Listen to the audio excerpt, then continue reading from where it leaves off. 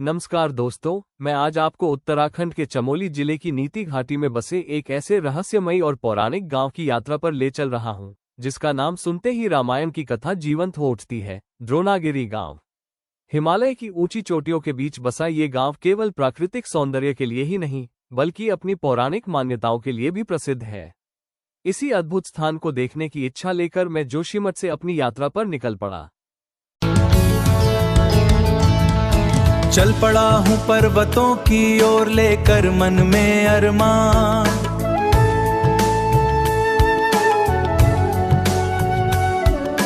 द्रोणागिरी की पावन धरती करती मुझे पुकार।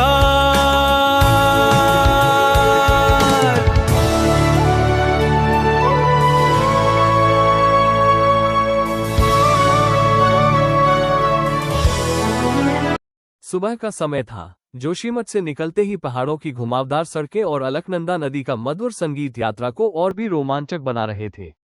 कुछ घंटों बाद मैं जुम्मा गांव पहुंचा, जहां से पैदल ट्रैक शुरू होना था।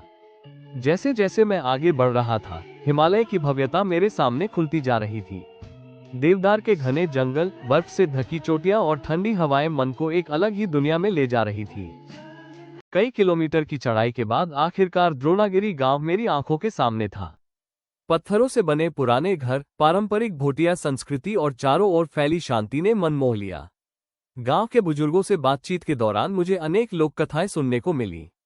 उन्होंने बताया कि स्थानीय मान्यताओं के अनुसार जब लक्ष्मण जी मूर्छित हुए थे, तब भगवान हनुमान संजीवनी बूटी लेने इसी पर्वत पर आए थे। यहीं से द्रोणागिरी का नाम पूरे भारत में प्रसिद्ध हुआ। शाम होने लगी थी। सूर्य की अंतिम किरणें हिमालय की चोटियों पर पड़ रही थीं। बर्फ से ढके पर्वत सुनहरी आभा में चमक रहे थे। ऐसा दृश्य मैंने पहले कभी नहीं देखा था। रात में जब आसमान तारों से भर गया, तब लगा जैसे पूरा ब्रह्मांड इसी घाटी में उतर आया हो।